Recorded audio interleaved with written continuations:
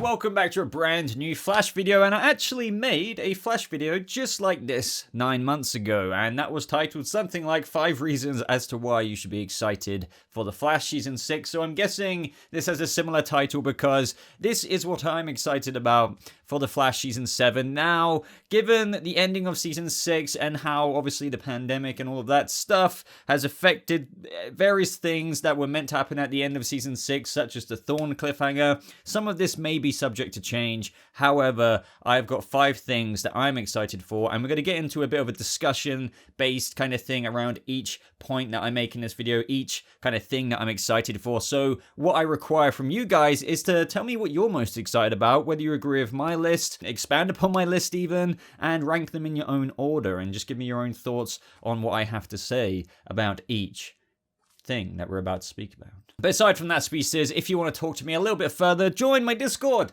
Do it! Do it right now. We have a bunch of species in there. We talk about all kinds of things, especially the Flash in the Flash channel. I know I plugged this quite a lot recently, but it would be great to see more of you in there. Other than that, like this video if you do go on to enjoy it, to show your support for the Flash Season 7, and of course, subscribe so you never miss out on a freaking video on this channel. So some of these reasons are fairly obvious just because I think we're all very excited for them, but I will expand upon them. So, number one is the Reverse Flash cliffhanger. If you weren't aware already, we were meant to get a Thorn cliffhanger at the end of Season 6, but naturally, well, it wasn't so natural, but because the season ended early, we never got to see that ending, that big twist. So one can only assume that this will still take place, and you know, we've even had Eric Wallace say, because this is the Flash, there's a huge twist at the end of every season, and that twist is now kind of coming in the middle of the start of the season, and as we all know, as that's been teased, that huge twist was the Thorn cliffhanger.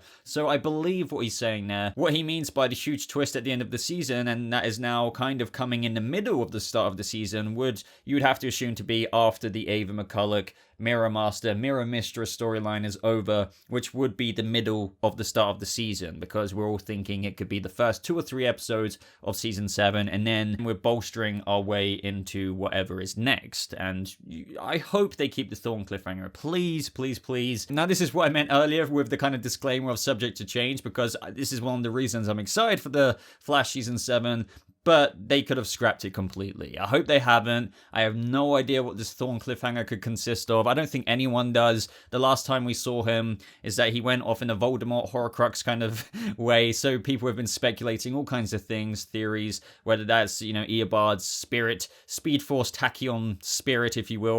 You know, Cisco said the tachyons weren't eliminated or whatever, inhabits somebody else, and you would have to assume that he comes back in some way or another. Like, that must have been the final scene, whether he took over some new persona, some person, and just smiles at the camera, and maybe that is somebody we're familiar with from the past, somebody, I don't know. This is why I'm excited, because whenever it comes to Thorn, it's usually exciting, and the fact that they were willing to end Season 6 off with a Thorn cliffhanger, but that means huge things, surely. So that is one of the things I'm looking forward to obviously seeing continue next season. Hopefully that is what Eric Wallace meant by coming in the middle of the start of the season after the Ava McCulloch storyline. But I would love to know what you guys think about that, whether you have any more theories. But with me saying I'm excited about that, it kind of gets even more clouded with the grand scheme of things going on in the Flash Season 7. And you'll see what I mean by that in my following points of what I'm excited about, because it seems that there could be quite a lot going on next season. And that brings me into number 2, the second reason why you should be excited for the Flash Season 7, or at least why I am, and that is because of the graphic novel approach, but improved. Now, I really do feel like Eric Wallace did improve the Flash a whole bunch, taking over from Todd Helbing. I think Todd Helbing obviously kind of went downhill with, you know, Season 3, 4, 5, and now we got a graphic novel approach to Season 6, which, you know, splits the season up in 2. I think one of the most obvious reasons why I enjoy this so much, if you guys know me at all, you know that I don't like 22 episodes in a CW season. I think that drags it out way too much, drags out the plot way too much. I think the best a TV show could really be to maintain this cohesive, engaging plot that doesn't add way too much filler in, but maintains a nice main story plot each and every episode, or at least every other episode kind of thing, would be around 15 episodes. But at least this graphic novel approach gives us a little bit more to play with. So there may still be 22 episodes in a season of a CW season typically. This may not happen in season 7 just because of the situation going on in the world right now. That could still come back and screw up season 7 production at some point or another. But regardless of any of that, having a graphic novel approach like we did in season 6 means, we had, for example, Bloodwork in part 1. That was like, fairly self-contained, 8 episodes, all dedicated to him, really. Like, his whole story was played out in that. And then we got a back half villain with Ava McCulloch, and that was all dedicated to that. But Eric Wallace says with season 7 that there are going to be more graphic novels next year, but they're not going to be broken up in the way I think folks expect. Now, you could dive into a billion different avenues with that. And if he's saying it's not going to be broken up the way folks expect, well, you can only reference to what formula he did for season 6, which was Bloodwork. First 8 episodes after the crossover that happened, we had Ava McCulloch. So I'm thinking with all of these villains potentially we're having next season, and I'll get into that in a second, I think what he means by that is that there could be more graphic novels. I mean, that is what he literally says. There are going to be more graphic novels next year, not going to be broken up the same way. So if we only had 2 graphic novels last year, which made sense,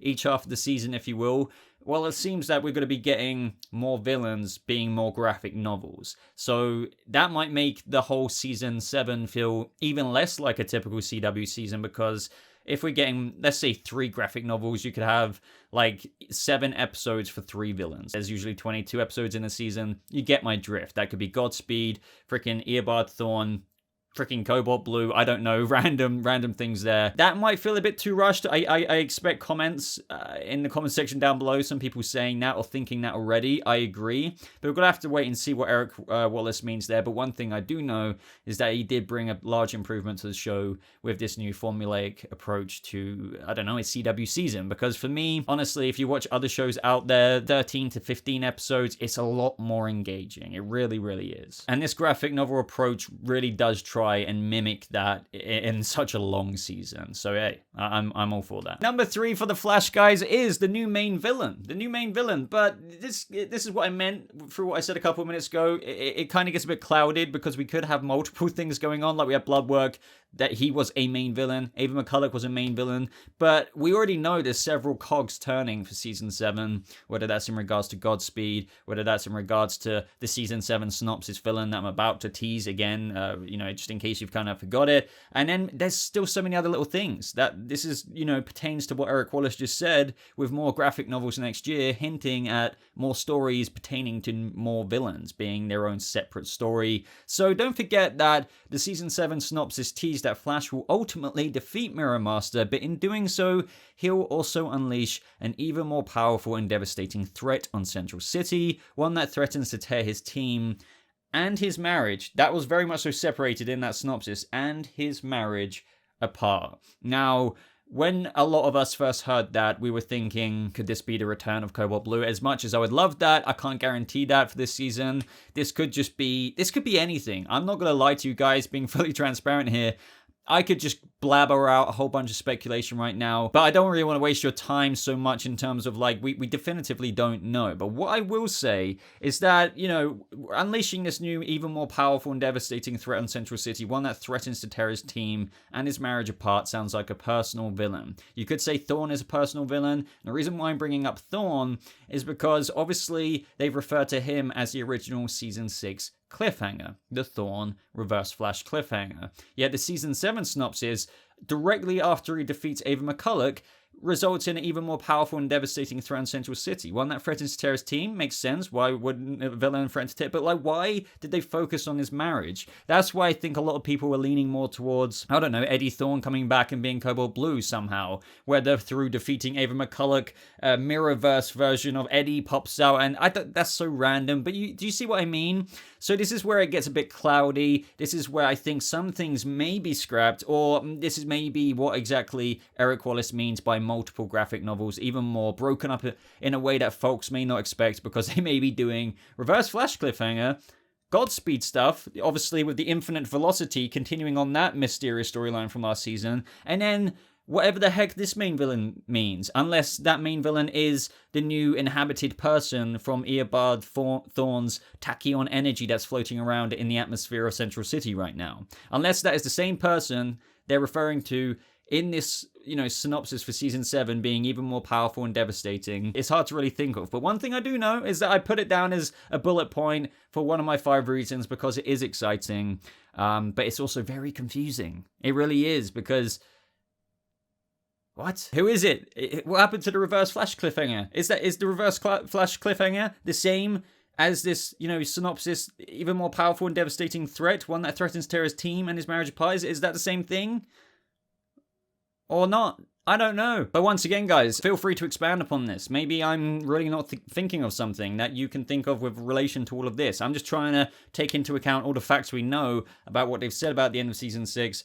So what should continue in Season 6, which one would assume to be the Eobard Thawne cliffhanger happening after the Ava McCulloch storyline is finished. But then again, they're saying after the Ava McCulloch storyline is finished that there's going to be this one new devastating, powerful threat, which could still be the Reverse Flash. But moving onwards, the next thing that I'm excited about, but also apprehensive about, but I had to put it down because whether I'm apprehensive about it or excited about it, it's still a big thing, and that is the artificial Speed Force. We didn't get that resolved in Season 6, and it's just interesting because what could this mean for the show? I mean, Eric Wallace already teased with the Wally West episode when this real Speed Force died that this is the biggest advancement in the mythology of the Flash TV show so far. Yet we still haven't seen the repercussions of what this new artificial Speed Force will entail for the show.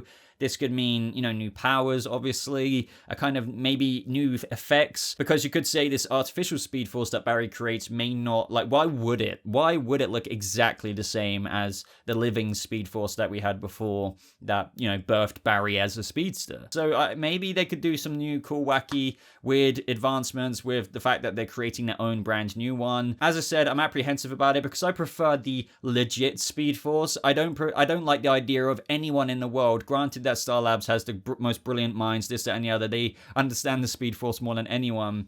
But this means anyone could just create a Speed Force. There was something special about Barry being struck with lightning in that first episode. So do you know what I mean? Either way, it's a huge thing.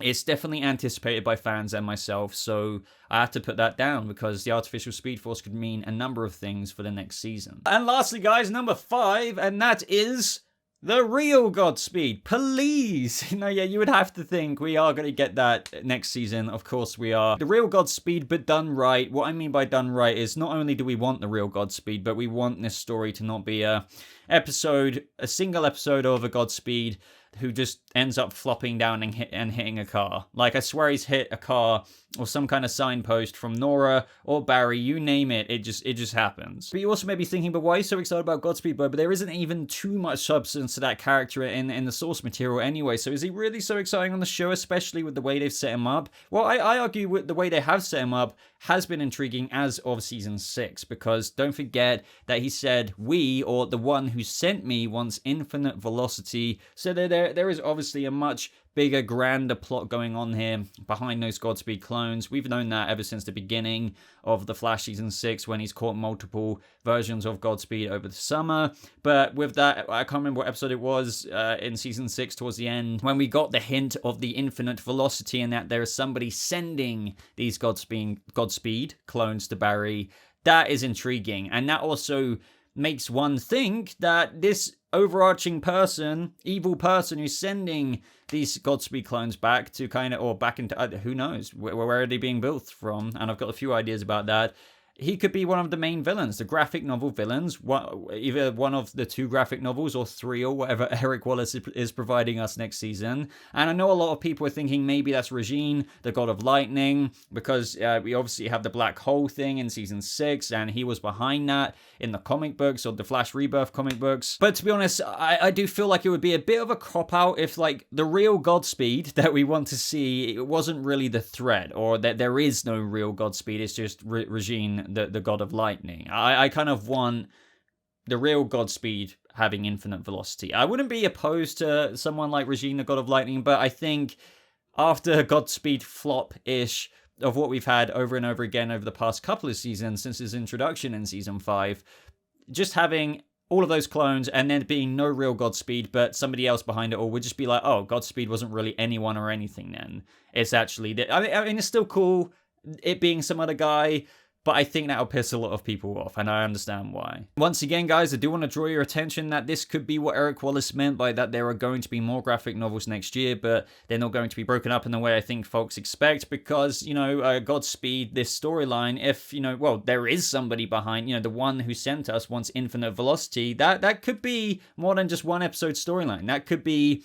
a whole new villain like Bloodwork, or that could just be a 2-part episode special. I'd be down for that. Whatever you do, just don't do 1 episode. 2 episodes I'll be okay with, because it's like Barry finding out who this person is. It could be a larger villain, but if it is a larger villain, I think that should carry on for more than just a 2-episode special. So yeah, I think this is exciting. It definitely deserved to be on the list of why you should be excited for The Flash Season 7, because, you know, finally getting the legit, real scoop behind Godspeed after 2 seasons, well, I think is something to be excited for. But ladies and gentlemen, that is the list. I think those are quite a few solid points to be excited for The Flash Season 7. I would love to hear your thoughts on my thoughts. What I think I like most about all of these ideas is that they're solid ideas. They aren't just like kind of boring-ish plots where it's like, okay, yeah, we've got to find out what's happening with Ava. How is she going to be beaten? I don't really care about that. I mean, I do, but I don't. I'm more excited about these other things. You know, Ava McCulloch, cool, but like we've got all these other interesting things that we don't know what's going on with. What's going on with the Reverse Flash cliffhanger? What's going on with Godspeed? Who is behind? Who wants infinite velocity? Graphic novel approach broken up in a way that folks might not expect. What's going on there? There's a lot of stuff that we can look forward to. I think that season 7 will be, you know, the refined approach that Eric Wallace started to curate in season 6 with his new approach with the graphic novels, but season 7 will hopefully be a slam dunk run home for Barry and the team at Star Labs. We'd love your thoughts, guys. Don't forget to leave them down in the comments below. Like this video if you did enjoy it. Subscribe if you're brand new. Why not? A lot of you aren't subscribed to the channel, so maybe click the button today with post notifications turned on so you never miss out on a Flash video. Join my Discord server. Check out my Patreon. Follow me on Twitter, of course. But I'll see you speedsters in the next Flash video. Goodbye.